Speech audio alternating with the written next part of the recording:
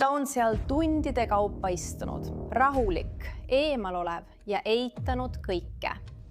Ma ei ole midagi teinud. 5-aastane tüdruk on kadunud. Naine, kes teda hoidis, on surnud. Leiti Haagis suvilas seotuna ja põletatuna. Ja mees, kes istub 2 eriagendi vastas laua taga, väidab, et ta käis kalal. Ja ometi andis tema telefonsignaali hoopis miilide kaugusel sellest kohast, kus ta väitis end olevat. Tema saapad on märjad. Tema sokid on mustad. Rohi on tema auto põhja külge kinni jäänud. Siiski ta ei murdu. See polnud õige aeg, Jake. Me teame praegu rohkem, kui sa arvad. Mis on 2 tunni tagusest ajast saadik muutunud? Laua teisel pool agent Paul Gerardi ei vasta. Ta lihtsalt sirutab käe telefoni järele ja tõstab selle üles. Nüüd! Alustame uuesti. Mida sul meile öelda on? Karistuseks on surm. Viige oma peresid minema. Milline nimi? Ma saan oma. Advokaadile helistada. Tyler. Uskumatu.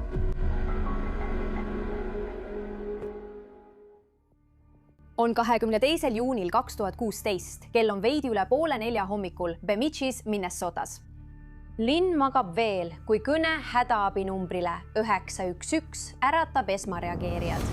Hillcrest Menoris möllab tulekahju ühes Haagis elamus. Tuletõrjujad saabuvad kiiresti, summutavad leegid ja alustavad otsinguid. Kuid see, mis algab tavapärase hoonetulekahjuna, muutub peaaegu kohe jahmatavaks. Seest leitakse naise surnukeha, mis on teibiga seotud.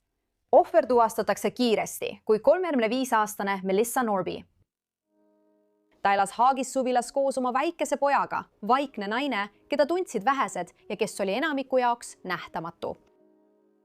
Aga see polnud traagiline õnnetus. See oli ilmselgelt midagi muud, midagi palju hullemat. Juhtum määratakse eriagent Paul Gerardile, Minnesota kriminaaluurimisbüroo Grand Rapidsi kontorist. Gerardi hakkab koostööd tegema kohaliku politsei, osariigi tulekahju uurijate ja kolleegidega. Haagis suvila on kuriteopaik, kuid nad ei tea veel, mis veel puudub. Tunnid mööduvad ja tuli kustutatakse lõpuks ära. Kas sa panid mu bensiinikanistrile jälle tule peale? Ma sai lihtsalt videokasseti. See eitas? Jah, väga palju. Uurijad kammivad läbi seda, mis Haagisest alles on jäänud, sorteerivad tõendeid ja panevad kokku Melissa Norby elu viimaseid hetki. Tööhüpotees on lihtne. Ta mõrvati ja tuli süüdati selle varjamiseks. Näed saavad kiiresti teada, et õnneks tema poeg polnud tulekahju ööl kodus. Kuid vahetult enne keskpäeva, peaaegu 9 tundi pärast esimeste leekide teatamist, juhtub politseitõkke juures midagi ootamatut. Üks naine ütleb uurijatele, et tema tütar veetis öö selles majas. Sel hetkel muutub kõik. Õudus, millest uurijad arvasid aru saavad, on nüüd hoopis midagi muud. Melissa Norby ei olnud Haagis suvilas üksi. Ta hoidis parasjagu 5-aastast tüdrukut. Uurijad tegutsevad kiiresti. Nad naasevad sündmuskohale ja otsivad uuesti. Mitte enam vihjeid otsima, vaid tüdrukut. Kuid tema säilmetest pole mingeid jälgi. Kuna tuhast ei leitud last ja tema asukoha kohta puuduvad vihjed, pöörduvad uurijad järgmise parima vastustallika poole, Melissa Norby sõprade ja perekonna poole. Kes kuulusid tema ellu? Kes teadis, et ta hoidis sel õhtul last?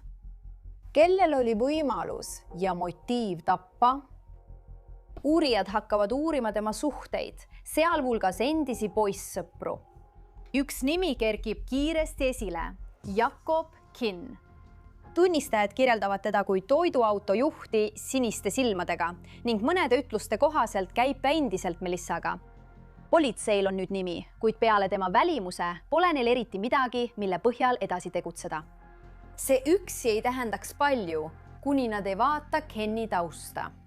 Ta ei ole lihtsalt Melissas endine. Ta on registreeritud seksuaalkurjategija, kellel on varasemaid süüdimõistmisi lapspornoga seotud kuritegude eest. Eelmises juhtumis tabati ta, kui ta üritas kohtuda lapsega, et teda pildistada. Uurijad ei oota, nad helistavad talle. Ja Ken võtab toru.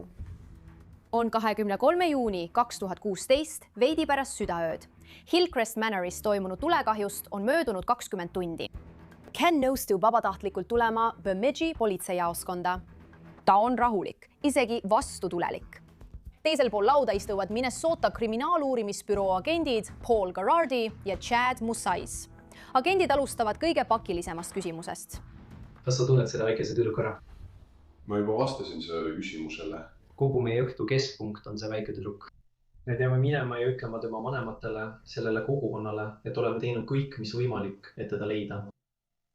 Millegi halba juhtus, kui midagi läks käest ära ja keegi sai surma.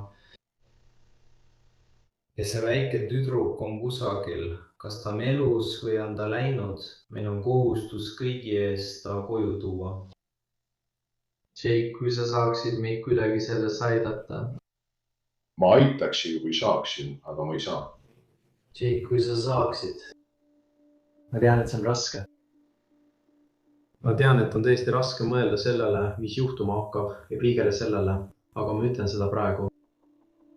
On inimesi, kes toetaksid sind, kui sa ütleksid, tead, ma tegin vea. Ma tegin vea, ma reageerisin üle. Ja see väike tüdruk on... Ja sa... Me saame ta koju tuua. Teeme ära. Me korvus toome selle väikese tüdruku koju. Super, ma ei tea, kus ta on, ta ei ole minu juures. Sa väidad, et ta on minu juures või et ma tean, kus ta on, mees. Aga see pole nii. Tunde enne seda intervjuud olid agendid tema mobiiltelefoni andmed välja nõudnud. Kui Ken oleks olnud kalal, nagu ta väitis, oleksid signaalid pidanud tulema lähedal asuvast mastist. Selle asemel tulid need Big Forkist, tema perele kuuluva maa lähedalt. Kus sa olid, kui me sulle helistasime? See on järv. Seisid või peal oma sõidukiga. Kus me olime? Ma pakkisin juba asju ja valmistusin niikuinii lahkuma. Mis kell ta sulle helistas? Ei, see oli 10:23 või 24. Vaata mul telefoni, näita mulle tunnet. Me näeme kellaaega.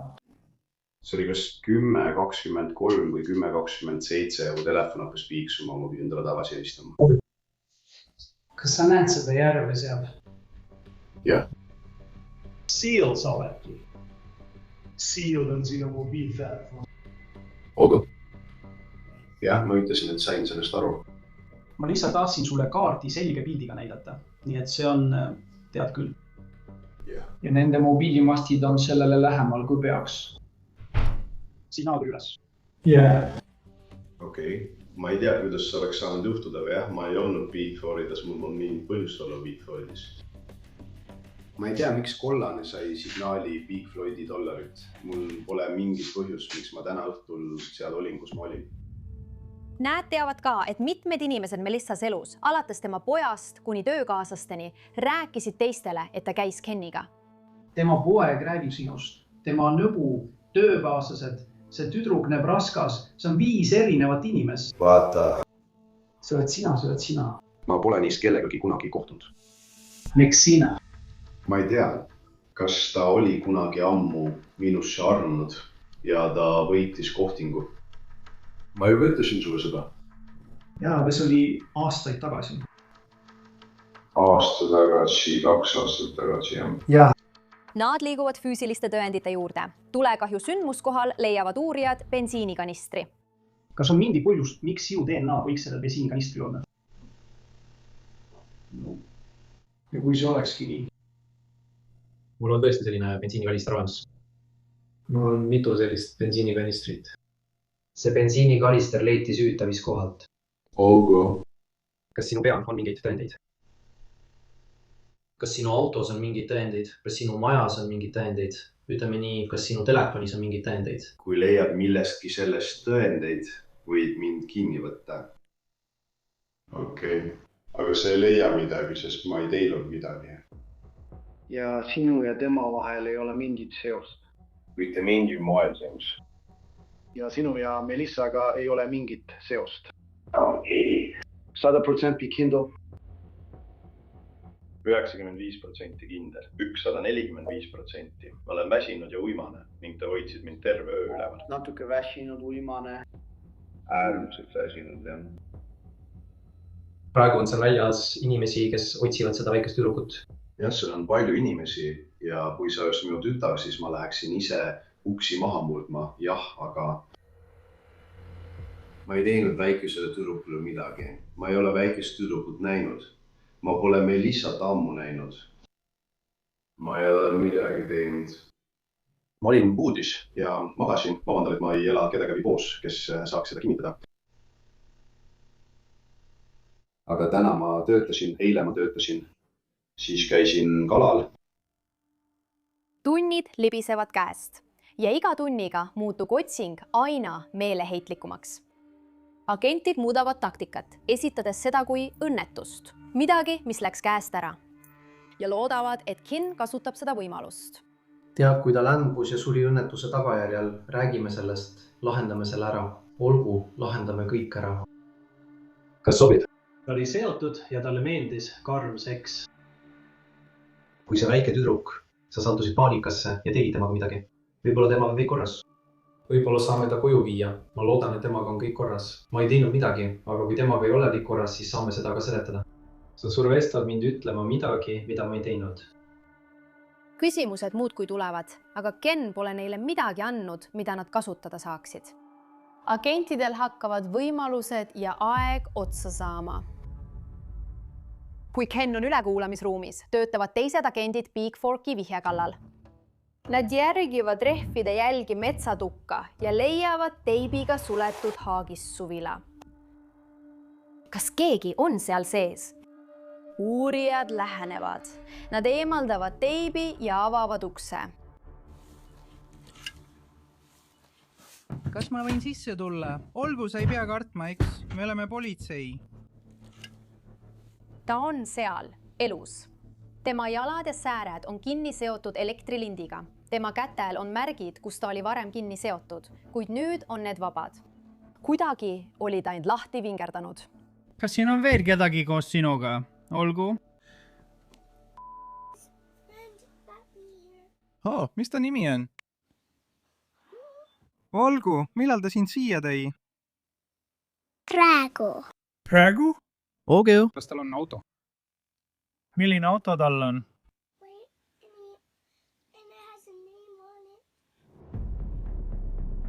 Olgu, kas ta oli sinu vastu kena? Kas sa saad mulle oma jalgu näidata? Siin samas. Olgu, kus sind kinni teibiti? Olgu, kas veel kuskil? Kas sul oli teipi ka kätel? Jah, Bruce pani. Sa võtsid teibi ära. Kus see teip on? Teip on olemas. Ismin auto siis. Okei, minu nimi on Rob ja see on Don. Kui vana sa oled? Tõenäoliselt. Või midagi sellist. Okei. Jaoskonnas toovad nad Kenni tagasi, et teda veel üle kuulata. Nüüd on õige aeg, Jake. Olgu, me teame praegu rohkem, kui sa arvad. Kuidas ta välja näeb? Kai on habe. Olgu! Kas sa üldse käisid tema maja juures? Kas sa tead, mis värvi tema maja on? Kuidas see välja näeb? Yes. Kas see on suur maja või väike maja? Väike maja, okei. Kas tal on loomi või ei ole? Ema kassel on kassipojad. Okei. Jah, see on sinu ema kass koos väikeste kassipoegadega. Okei. Kas need lindid su jalgadel teevad üldse haiget? Okei. Ainult su käed. Kas su käed teevad haiget? Kas sa saad näidata, kus su käed valutavad?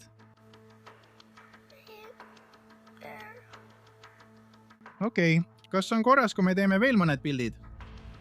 Okei. Minu emme nimi on... Kas sa tead oma ema telefoninumbrit? Okei, me helistame su emale üsna varsti. okei. Kas sul on janu? Okei. That. Okei, me toome sulle midagi süüa ja limonaadi, eks? Jaa. Mulle meeldib limonaad või midagi sellist. Olgu, me toome sulle, mida iganes sa soovid. Hästi, see on eriagent Rob Frake koos eriagent Don Newhouse'iga. Kellaaeg on praegu 6.11 hommikul. 23. juuni 2016. Eriagent Rob Frake võtab ta sülle, hoiab teda enda vastas ja teeb foto. Nüüd on aeg, Jake. Nüüd on aeg sul neid punkte täpsustada. Nüüd on aeg sul päevata ja rääkida meile, mis siin tegelikult juhtus. Mis muutus 2 tunni jooksul kuni praegusel? Paul Darardi ei vasta. Ta pöörab oma telefoni Kenny poole ja näitab talle fotot, kus agent Rob Frake hoiab tüdrukut süles. Esimest korda on tõde vaieldamatu. Kenny valed ei tööta enam.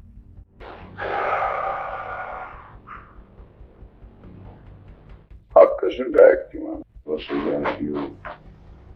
Võiks tõmmata joo. Okay. Ta oli mu täielikult endale saanud. Ja me rääkisime.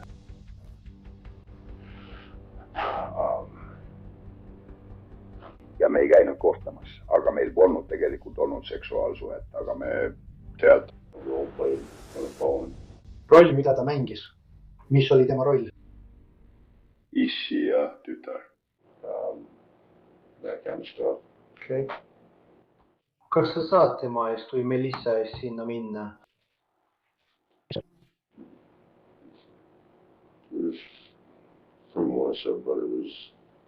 Kas sa teadsid, et ta pidi seal olema?